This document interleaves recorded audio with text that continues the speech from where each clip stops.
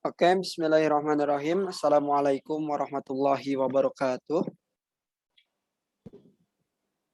Assalamualaikum warahmatullahi wabarakatuh. Waalaikumsalam warahmatullahi wabarakatuh.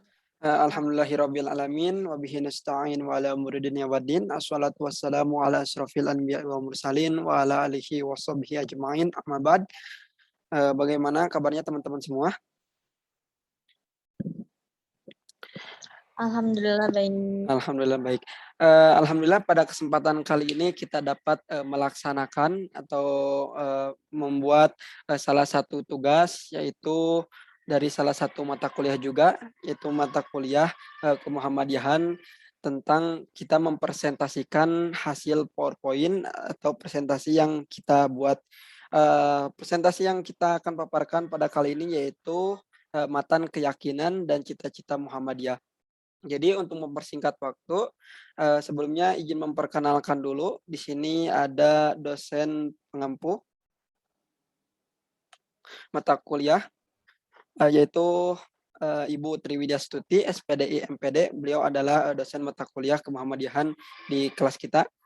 Selanjutnya di sini izin memperkenalkan anggota-anggota kelompok 2. Di sini ada saya pribadi, Rias Febriansah, ada Riki Subagja, ada Sapna Mutia Darmawan, dan ada Aini Ahmardiana. Selanjutnya untuk acara inti yaitu pembahasan tentang materi-materi di dalamnya, yaitu yang pertama tentang apa itu matan keyakinan dan cita-cita hidup Muhammadiyah. Pada kesempatan kali ini akan disampaikan oleh saudari Aini Ahmardiana. Waktu kami persilahkan. Baik, terima kasih Kang Rias atas waktunya. Di sini saya akan memaparkan apa itu matan keyakinan dan cita-cita hidup Muhammadiyah. Merupakan rumusan ideologi Muhammadiyah yang menggambarkan tentang hakikat Muhammadiyah, paham agama menurut Muhammadiyah, dan misi Muhammadiyah dalam kehidupan berbangsa dan bernegara. Rumusan ini disusun tahun 1968 pada Muktamar Muhammadiyah ke-27 di Yogyakarta yang bertemakan Tajdid Muhammadiyah. MKCH berisi 5 pokok pikiran yang berbagi dalam 3 kelompok. Yang pertama ada kelompok persoalan ideologis, kelompok paham agama, dan kelompok persoalan mengenai fungsi dan misi Muhammadiyah dalam negara Republik Indonesia. Di next, Kang. Selanjutnya di sini ada rumusan atau teks MKCHM. Yang pertama ada Muhammadiyah adalah gerakan berasas Islam, bercita-cita dan bekerja untuk terwujudnya masyarakat Islam sebenar-benarnya, untuk melaksanakan fungsi dan misi manusia sebagai hamba dan khalifah Allah di muka bumi. Yang kedua ada Muhammadiyah berkeyakinan bahwa Islam adalah agama Allah yang diwahyukan kepada Rasulnya, sejak Nabi Adam, Nuh, Ibrahim, Musa, Isa, dan seterusnya sampai Nabi Muhammad SAW sebagai hidayah dan rahmat Allah kepada umat manusia sepanjang masa dan menjamin kesejahteraan hidup material, duniawi, dan ukhrawi.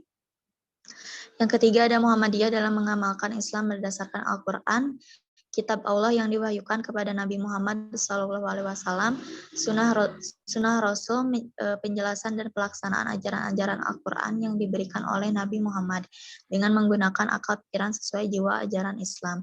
Yang keempat ada Muhammadiyah bekerja untuk terlaksananya ajaran-ajaran Islam yang meliputi bidang-bidang. Yang pertama ada akidah, yakni dengan bekerja untuk tegaknya akidah Islam yang murni, bersih dan dari gejala-gejala kemusyrikan, bid'ah, dan khurafah, tanpa mengabaikan prinsip toleransi menurut ajaran Islam. Yang kedua ada akhlak, yaitu dengan bekerja untuk tegaknya nilai-nilai akhlak mulia dengan berpedoman kepada ajaran-ajaran Al-Quran dan Sunnah Rasul, tidak bersendi kepada nilai-nilai ciptaan manusia. Yang ketiga ada ibadah, yaitu dengan bekerja untuk tegaknya ibadah yang ditentukan Allah oleh Rasulullah tanpa tambahan dan perubahan dari manusia. Yang keempat ada muamalat duniawiyah, yaitu dengan bekerja untuk terlaksananya muamalat duniawiyah atau pengolahan dunia dan pembinaan masyarakat dengan berdasarkan ajaran agama serta menjadikan semua kegiatan dalam bidang ini sebagai ibadah kepada Allah. Poin kelima yaitu yang terakhir ada Muhammadiyah mengajak segenap lapisan bangsa Indonesia yang telah mendapat karunia Allah berupa tanah air yang mempunyai sumber-sumber kekayaan, kemerdekaan bangsa dan negara Republik Indonesia yang berfilsafat Pancasila untuk berusaha bersama-sama menjadikan suatu negara yang adil, makmur, dan diridhoi Allah Subhanahu wa taala sebagai baladatun thayyibatun wa warabun ghafur. Sekian yang saya paparkan, boleh dilanjut Kang Rias. Oke, terima kasih kepada Saudari Aini Ahmardiana yang telah menjelaskan tentang apa itu matan, keyakinan, dan cita-cita Muhammadiyah. Selanjutnya di sini ada penjelasan tentang kapan matan keyakinan dan cita-cita Muhammadiyah dirumuskan. Pada kesempatan ini akan disampaikan oleh Saudari Sapna Mutia Dermawan. Kami persilahkan. Bismillahirrahmanirrahim. Assalamualaikum warahmatullahi wabarakatuh. Saya Sapna Mutia Darmawan akan membahas tentang kapan matan keyakinan dan cita-cita Muhammadiyah dirumuskan. Sejarah perumusan matan keyakinan cita-cita Muhammadiyah tidak bisa dilepas dari perkembangan pemikiran mengenai ideologi Muhammadiyah yang muncul pada tahun 1960-an. Pada waktu itu, ada pemikiran untuk melakukan pembaruan kembali teori tajdid di lingkungan Muhammadiyah, khususnya dalam bidang ideologi. Pemikiran untuk melakukan ritajdid pada gilirannya melahirkan sebuah rumusan yang dikenal dengan MKCHM. Rumusan ini mengandung gagasan ideologis yang di dalamnya terdapat keyakinan dan cita-cita hidup Muhammadiyah. Dengan demikian, MKCHM dapat disebut ideologi Muhammadiyah yang disusun secara sistematis. MKCHM diputuskan oleh Sidang Tanwir Muhammadiyah tahun 1969 di Ponorogo. Keputusan tersebut dalam rangka melaksanakan amanat Muktamar Muhammadiyah ke-37 tahun 1968 di Yogyakarta. Kemudian, matan ini diubah dan disempurnakan oleh pimpinan pusat Muhammadiyah, khususnya dari segi peristilahan berdasarkan amanat dan kuasa Tanwir Muhammadiyah tahun 1970.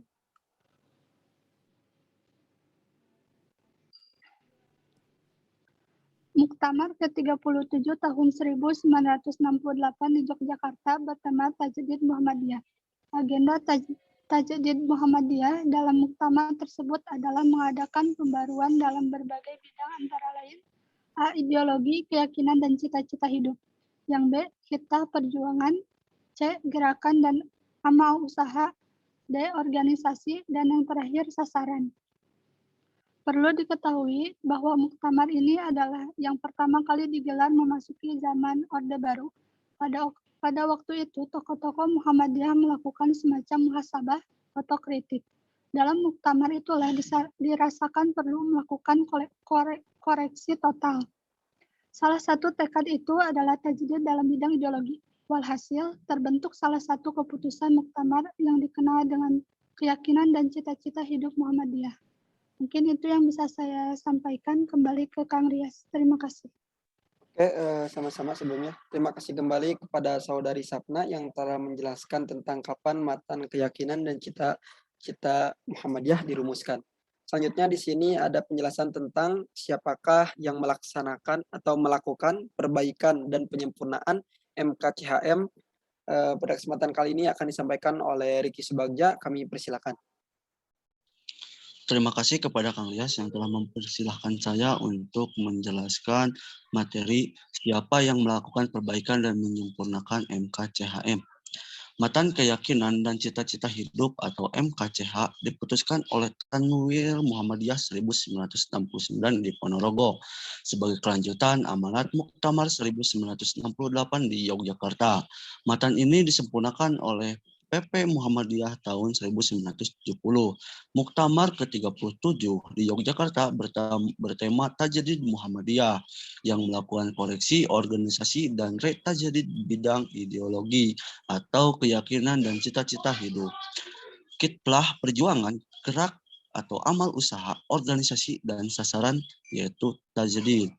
Muktamar ini diadakan untuk pertama kalinya di masa Orde Baru yang melakukan kebijakan depolitisasi dan deideologisasi. Di masa itu terjadi perubahan sosial akibat modernisasi atau Haidar Nasir memahami ideologi Muhammadiyah tahun 2016.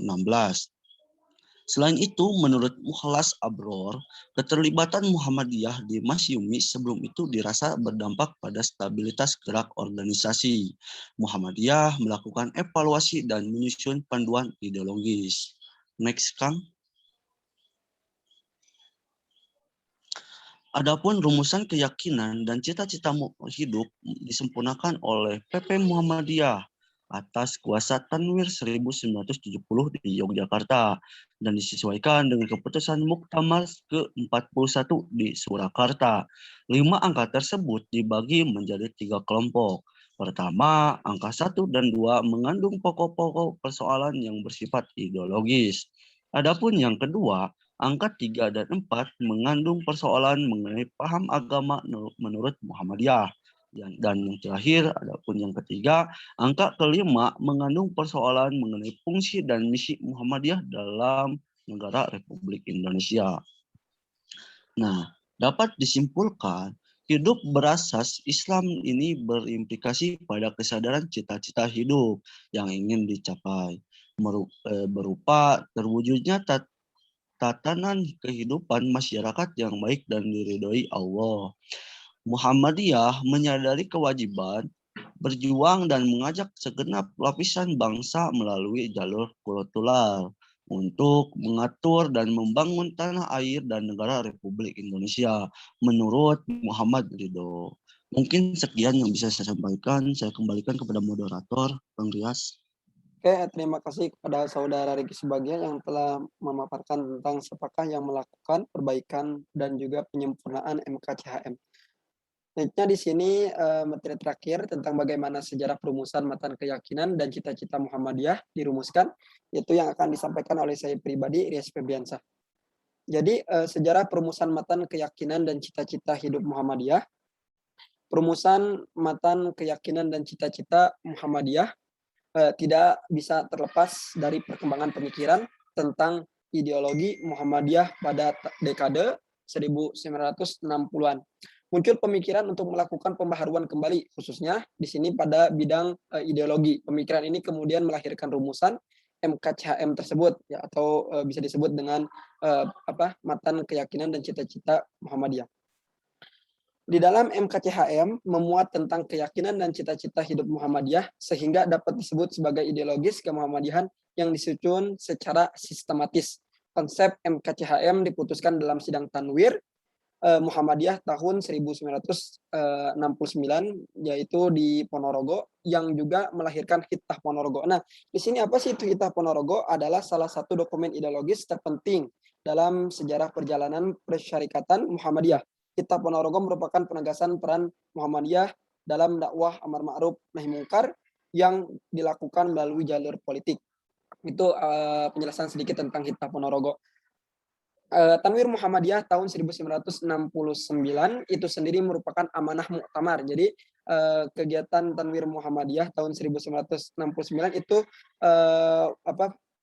adanya akibat amanah gitu kan, amanah dari Muktamar Muhammadiyah ke-37 yang dilaksanakan tahun 1968. Berarti jadi 1 tahun sebelumnya. Muktamar tersebut mengambil tema Tajdid Muhammadiyah pada tahun 1970, Tanwir Muhammadiyah di Yogyakarta.